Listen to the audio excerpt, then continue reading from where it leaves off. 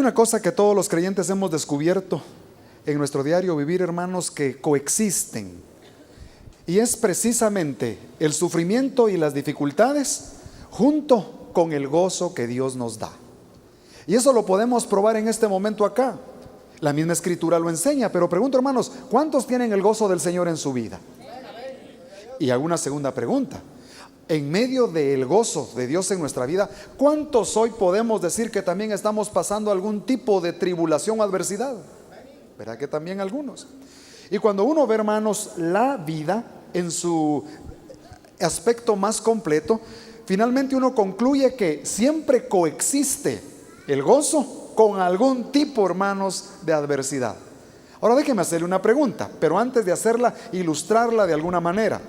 He notado, por ejemplo, que cuando alguien es asaltado o cuando viene una enfermedad difícil, cuando viene una situación, hermanos, que raya en lo dificultoso y hay un oyente escuchando esa situación, el oyente emite, hermanos, una expresión que se ha vuelto ya muy repetitiva de mi experiencia en algunos, y es esta: yo no sé qué haría en esa situación. Hace unos días, por ejemplo, en un asalto se amarró al papá y entonces los asaltantes prácticamente amenazaron a ese hombre de que iban a violentar, a violar a su esposa y a sus hijas. Y uno, cuando escucha esa situación como padre, dice: ¿qué haría yo en esa situación? ¿Será que sabría cómo actuar? Ahora, hermanos queridos, cuando hablamos del sufrimiento, es probable que tengamos que hacernos la pregunta: ¿cómo vamos a enfrentar un posible sufrimiento que viniese a nuestra vida, sea hoy o sea en el futuro? Y es ahí donde el Señor nos habla a través de la primera epístola de Pedro. Este estudio lo vamos a comenzar hoy, hermanos. Aquellos que no dejen ni un solo domingo de venir podrán dar testimonio que han estudiado todo primera de Pedro. Pero primera de Pedro, hermanos, enseña cómo un creyente puede vivir en medio de la adversidad firmemente, en santidad, varonilmente, hablando, hermanos, en los términos de la escritura, pero también esto se aplica a las mujeres. Y cómo puede un hombre o mujer de Dios, hermanos, al final de cuentas, ser hallado en alabanza a pesar de las dificultades. El que escribe es nada menos que un apóstol, el apóstol Pedro. Y Pedro, hermanos, es un hombre que ha sido probado. Curioso, reprobado en un momento, pero después aprobado.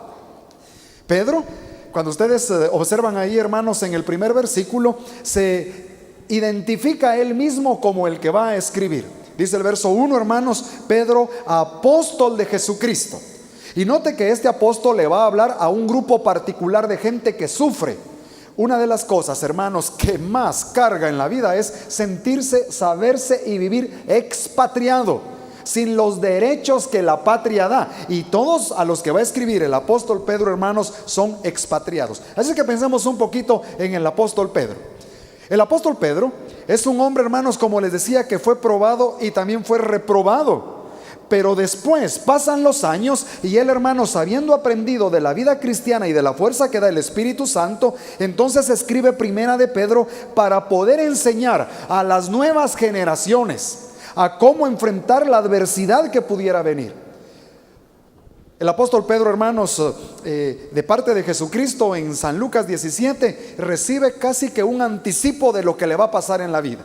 ¿Recuerdan ustedes? El Señor Jesús le dice: Pedro, Simón, Simón, le dice realmente: Satanás os ha pedido para zarandearos como a trigo. Pero le dice: pero tienes que seguir confiando. Y una vez yo te mantenga firme, tú vas a regresar y vas a confirmar a tus hermanos. Y este es el Pedro, el que nos va a confirmar. Una vez ha experimentado en las dificultades del sufrimiento, ahora viene a consolar. Pero hay que pensar en el sufrimiento de Pedro. Hermanos, el apóstol Pedro hizo probablemente algo que la mayoría de nosotros hemos cuestionado y autojustificándonos sentimos que nunca haríamos. ¿Saben qué hizo el apóstol Pedro? Negó al Señor Jesucristo. No una, no dos, varias veces.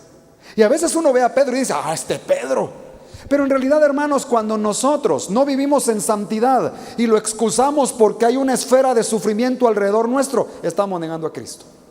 Cuando nosotros, hermanos, le damos una superimportancia a los bienes materiales, en lugar de darle gracias a Dios por la riqueza espiritual que Él nos ha dado, estamos negando a Cristo. Cuando el creyente que confiesa a Jesucristo con su boca, pero es el mismo que no da gracias en todo, estamos negando a Jesucristo. Y en realidad hay muchas maneras de negar al Señor, y es por eso tan importante entender lo que la palabra nos va a enseñar. Ahora, ¿cuándo fue que el apóstol escribió esta epístola? Y yo, hermanos, que estos datos pueden causar cierta, como les dijera yo, como carga mental, pero ojalá y usted pueda aprender. Mire, el apóstol Pedro escribió la primera epístola de Pedro en el año 64 después de Cristo. Ahora, cuando le escribe, hermanos, el apóstol, resulta que al parecer ya Nerón incendiado Roma. Ahí hay un poco de controversia, pero por las expresiones que Pedro da, hermanos, en cuanto al fuego de tribulación, en cuanto a la persecución, creemos que ya Nerón ha incendiado Roma. Y recuerdan que él le adjudica a los creyentes, hermanos, la responsabilidad de tal acto. Entonces, esta epístola es para un pueblo que está creciendo, hermanos, en un ambiente de hostilidad, pocas oportunidades, se les cierran las puertas, hay presión, de alguna manera, hermanos, son hostiles a los expatriados, a los cristianos de los que se va a hablar. Y el apóstol, entonces, entendiendo lo que eso significa, escribe esta epístola. Tal vez usted en este momento no siente que alguien esté siendo hostil con usted por causa de Cristo. A veces la gente es hostil con nosotros, pero por causa de nosotros mismos, porque a veces no definimos cómo deberíamos de relacionarnos. Aquí el caso es cuando tú por hablar la verdad, cuando tú por bendecir a alguien, cuando tú por hacer lo bueno, cuando tú por ser moral, cuando tú por ser fiel a tu esposa o a tu novia, entonces recibes un hostigamiento y un ataque. Ahí entonces se levanta esta primera epístola, hermanos, y en este panorama que vamos a ver hoy, quiero, hermanos, decirles que el Señor realmente nos quiere hacer sentir que somos un pueblo, que a pesar de las hostilidades, sí que somos ricos, hermanos. Mire, y hablo de una riqueza muy grande, porque como decía alguien, hermanos, el dinero no es la gran cosa. Dijo alguien, recuerdan que yo les dije, chish, dijo, si hasta los ricos lo tienen, todo mundo tiene plata. Pero miren, hermanos amados, primera de Pedro nos va a enseñar a nosotros realmente que hay ciertas cosas preciosas que las mantenemos, y es más, las multiplicamos en medio de la adversidad.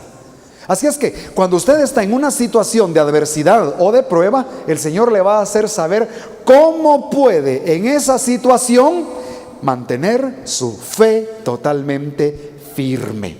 Vamos a primera de Pedro entonces, y hay 4 cosas que hoy quiero compartirles. La primera aparece en los versos 6 y 7. Dice: en lo cual vosotros os alegráis, aunque ahora por un poco de tiempo, si es necesario, tengáis que ser afligidos en diversas pruebas. Verso 7 es clave. Para que sometida a prueba vuestra fe, ¿qué se dice de tu fe? Mucho más preciosa que el oro, el cual, aunque perecedero, se prueba con fuego, sea hallada en alabanza, gloria y honra cuando sea manifestado Jesucristo. Hagamos un alto. ¿A cuántos de ustedes les gusta el oro, hermanos? Mire, si a usted le ponen, hermano, a escoger un reloj QIQ de 30 quetzales, vendido en aquel almacén que se llama Le Guardé, el guarda, y le ponen a la par, hermano, un Cartier, $25,000, oro, ¿cuál escogería usted? Perdone que sea tan claro y concreto. Solo un tonto no escogería el de oro. ¿Por qué? Porque el oro vale. Aquí hay señoritas muy simpáticas. ¿A ti te gusta que te regalen un arete de fantasía o un arete de oro? Bueno, no solo uno, los dos, ¿verdad? De oro. Ahora quédense conmigo, hermanos, y vean.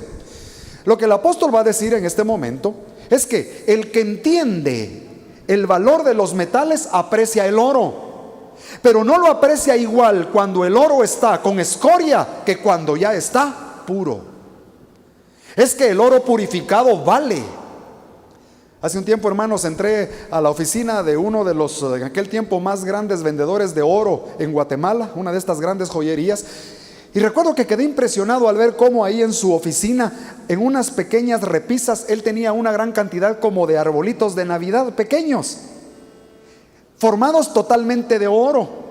Resulta que cuando se manda a hacer una pieza, se toma uno de esos arbolitos y se cortan algunas de esas ramitas y se pesan para darle al orfebre exactamente el peso que va a usar para hacer una joya.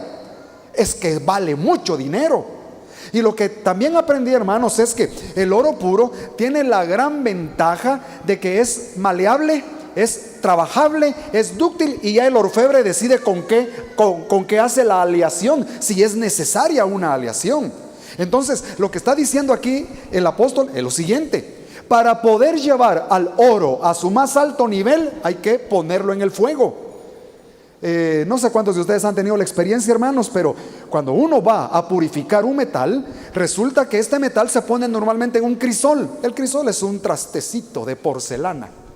Y en ese crisol entonces se pone el metal con su escoria y se mete a una mufla. Es decir, a un horno, hermanos, que puede llegar a 1000, 2000 o más grados centígrados. Se mete en ese lugar para que por ya diferentes medios el oro derretido pueda ser separado de la escoria. Y hay escoria que a esa misma temperatura de una vez se volatiliza, se evapora. Entonces, para tener oro puro tiene que pasar por fuego. Y lo que el apóstol va a hacer aquí entonces es decirte lo siguiente, porque mira qué importante esto. Dice la escritura: cuando venga el Hijo del Hombre, ¿hallará fe en la tierra? Y eso te lo dice a ti, porque ¿cuántos de los que estamos aquí, hermanos, tenemos fe para con Cristo? ¿Tenemos fe para con el Señor? Pues escucha bien esto: tu fe es preciosa para Dios, pero tu fe tiene escoria. Y no es que yo te lo quiera decir, es que la escritura dice que esa fe tiene que ser purificada. Y esos elementos de escoria que todavía hay en nuestra confianza para con el Señor, tienes que aprender que Él va a enviar fuego purificador precisamente para que se quemen esas escorias y tu fe cada día sea mucho más pura, mucho más valiosa. Y dice la escritura: tu fe es más preciosa que el oro. Así es que, hermanos queridos, el apóstol Pedro hace una comparación entonces en algo que nosotros conocemos que es muy valioso, el oro, pero nos hace ver que tenemos algo que es aún más valioso. Por eso, hermanos, si yo les pregunto a ustedes: ¿cuántos tienen fe en Cristo? ¿Cuántos confiamos en el Señor? Y decimos: yo confío en el Señor. Yo puedo asegurarte que como yo no he llegado a la semejanza de Cristo, que es lo que espero, Dios se va a encargar de ponerme algunas pruebas para que yo crezca. Bueno, aquí hoy vino un grupo de hermanas que trabaja en el magisterio. Aquí hay un hermano que es arquitecto. Aquí hay hermanos que son médicos. Usted, hermano querido, pasó por la universidad o por el colegio sin examinarse una sola vez. Yo recuerdo cuando estudiaba, hermanos, sobre todo en la San Carlos. Mire, tenía que madrugar desde Chimaltenango. Yo no quería madrugar y luego llegar a la universidad, entrar a los laboratorios y ver a aquellos maestros. ¿Sabe cuáles eran los apodos de mis maestros? Veneno. Mire, soda cáustica, así, ¿verdad? Solo nombres químicos tenían mis maestros. Y lo que le quiero decir es esto: me hubiera encantado pensar que iba a adquirir un título sin examinarme ni una vez. ¿A quién no le gustaría, hermano, la escuela? Pero no le gusta porque hay exámenes. ¿Se dejaría usted, hermano, operar por un médico que nunca fue examinado o evaluado? ¿O defender por un abogado que nunca tuvo que pasar, hermano, un caso real donde él aplicara sus conocimientos? Así es la vida cristiana. Si nosotros queremos ser aprobados, vamos a ver el valor que tiene, hermano, la evaluación de Dios en nuestra vida. Y por eso es mucho más preciosa que el oro nuestra fe. ¿Cuál es el propósito de esa prueba que estás teniendo? Dice la escritura en el verso 7: el oro, aunque perecedero, se prueba con fuego, pero tu fe debe ser hallada en alabanza, en gloria y honra cuando sea manifestado Jesucristo. Yo creo, hermanos, que el creyente debe dar buen testimonio, pero no creo que esa sea la gran cosa. No me malinterprete y se lo voy a explicar. Hay alguien a quien no podemos nosotros impresionar, hermanos: a Dios. Él lo ve todo. Por eso aquí la fe que tú vas a tener en esta vida se refiere o se relaciona más bien con Dios, para que sepas que no es lo que los demás digan lo que va a importar. Quien va a determinar si tú tienes fe en alabanza, fe en gloria y fe en honra es nuestro Padre Celestial. Así es que no veas las pruebas con tanta negatividad como pudieras verlas. Las pruebas son una excelente cosa. Yo no creo que aquel consejo que han dado algunos: hermano, no le pida al Señor paciencia, dicen algunos, porque si usted quiere paciencia le van a venir pruebas. Mejor diga, no me des paciencia para no tener pruebas.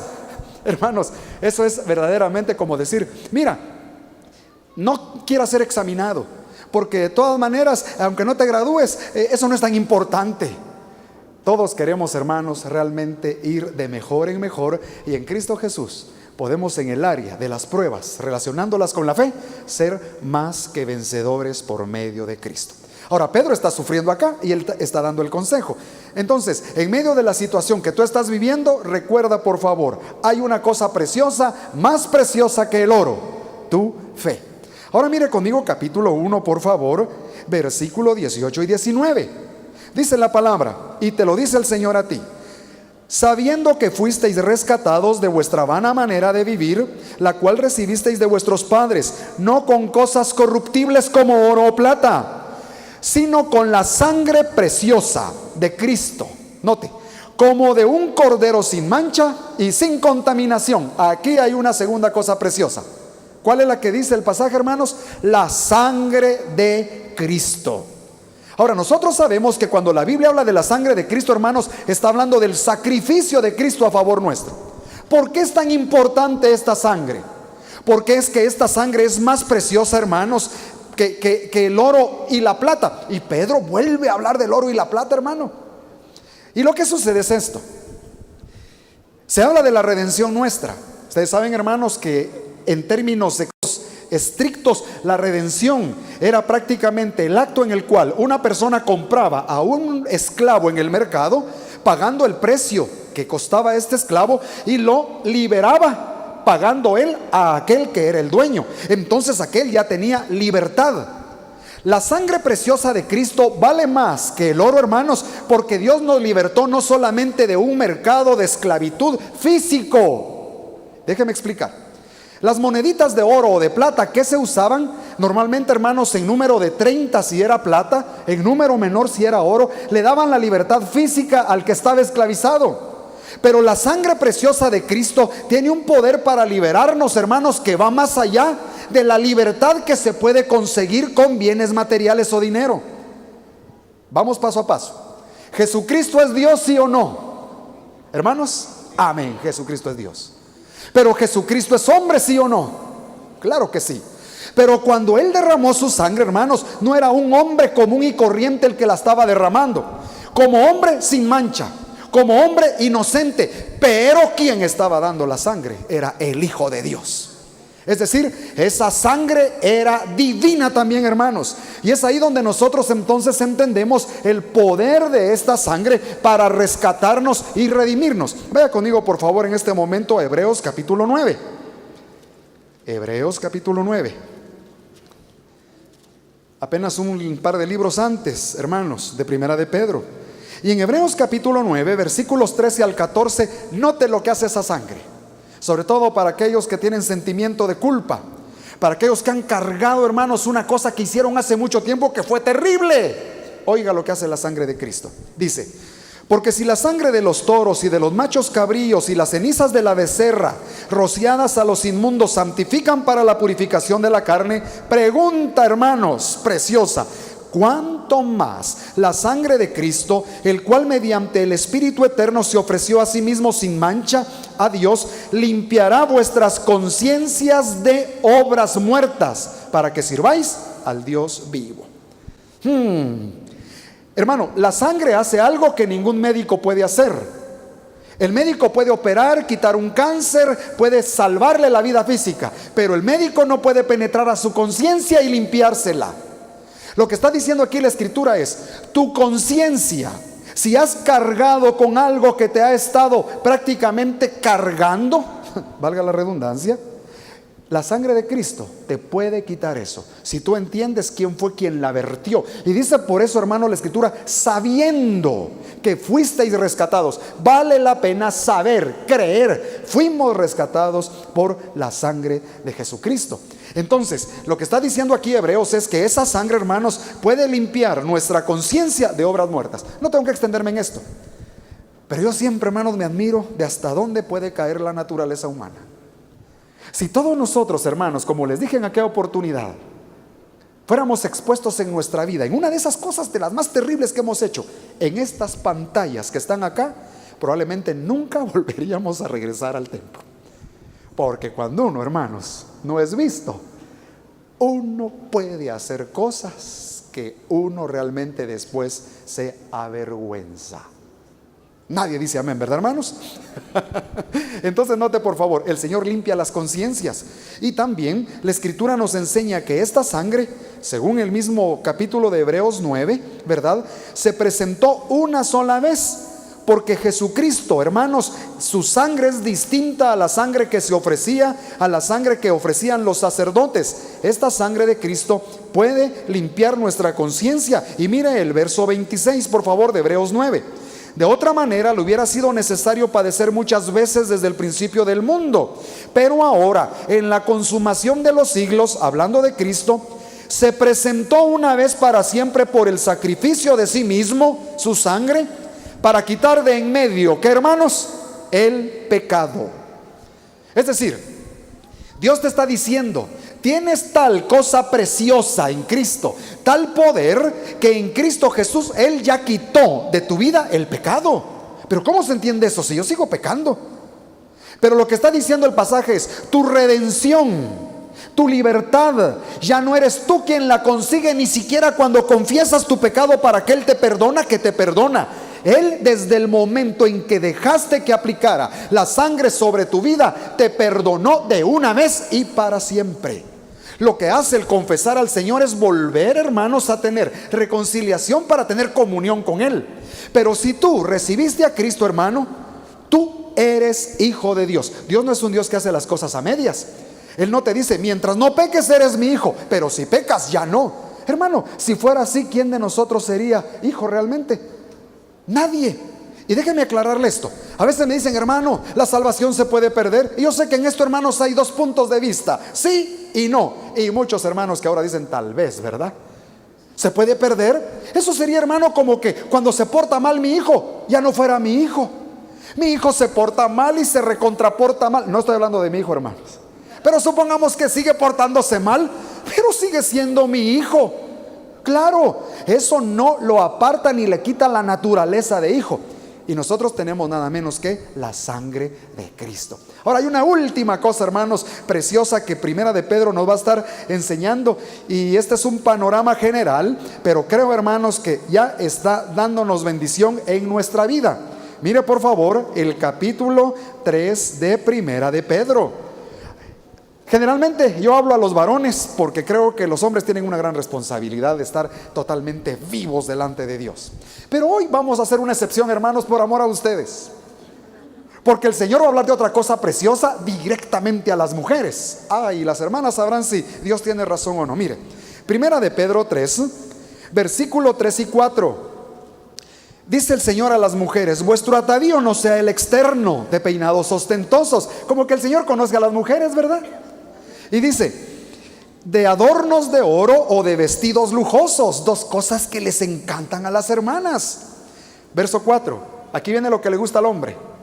Sino el interno, el del corazón, en el incorruptible ornato de un espíritu afable y apacible, que es de grande estima delante de Dios. Hermanas queridas, no se sientan mal por ir al salón de belleza.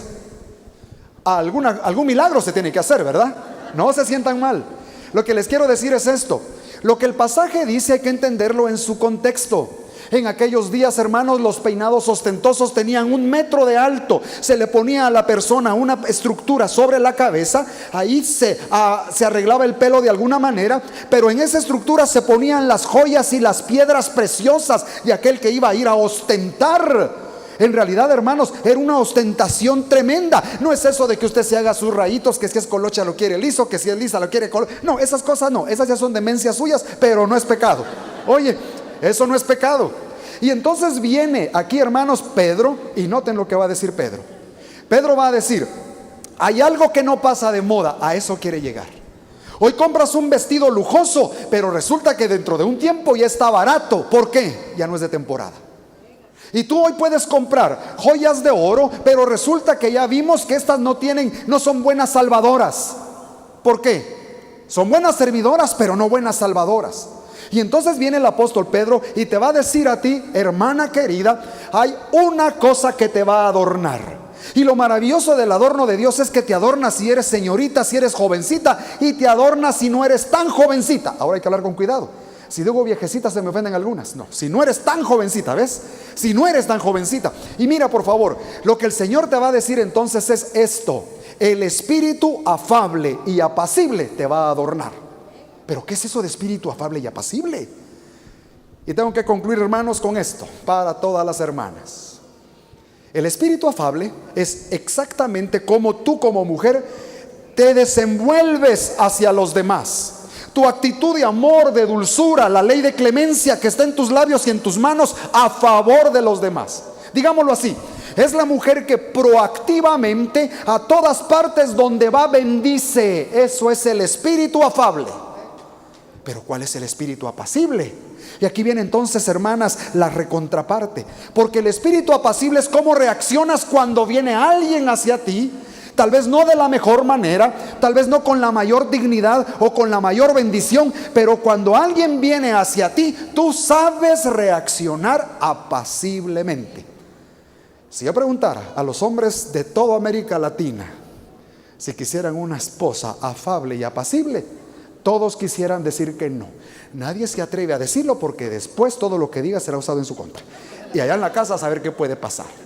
Pero lo que les quiero decir, hermanos, hermanas, señoritas, a todas las mujeres que están acá, Dios te ha dado a ti una cosa preciosa. Nota, así como la sangre de Cristo, así como Cristo mismo, tu efecto misionológico hacia tu esposo, hacia tu familia y hacia todos los demás va a ser tremendo cuando tú tengas un espíritu afable y apacible. Hermanos, esto es el panorama que Pedro nos va a presentar. Y vamos a estar sumidos en realidad en una gran bendición en el tiempo que viene, porque esta palabra, hermanos, es viva, es eficaz, es en realidad más eficaz que toda espada de dos filos. Y una cosa va a hacer, va a penetrar, hermanos, en todos, hasta partirnos las coyunturas, el alma, pero va a hacer que en nosotros florezca nada menos que la imagen de Jesucristo. Inclinemos nuestra cabeza, vamos a dar gracias al Señor. Tal vez tú estás aquí y no conoces a Cristo, tal vez no estás aquí, pero vas a oír y ver este mensaje. Dile conmigo, ahí donde estés: Señor, perdóname porque no te he tomado en cuenta. Perdóname porque en mis sufrimientos yo he confiado en mí mismo. Y hoy me has enseñado que en medio del sufrimiento tú estás pronto para ayudar. En primer lugar, reconozco que no te he tomado en serio, pero hoy en segundo lugar, Señor, abro mi corazón de par en par para abrir mi corazón y mi vida a Jesucristo, ciertamente desechado por los hombres, pero para ti, Señor, escogido y precioso. Por eso, en este momento, yo confío en Jesucristo como mi Salvador personal, le abro mi corazón y sé que su sangre preciosa aplicada en mi vida, su muerte en la cruz del Calvario, me limpian de todo pecado. Yo le recibo y te doy gracias porque desde ahora soy hecho nueva criatura. Su presencia a un clic. Visita nuestra página web www.ensupresencia.org y llénate de su presencia con palabra, información ministerial y edifica tu vida con el link de la radio Su Presencia en Línea. Recuerda www.ensupresencia.org. Visítanos.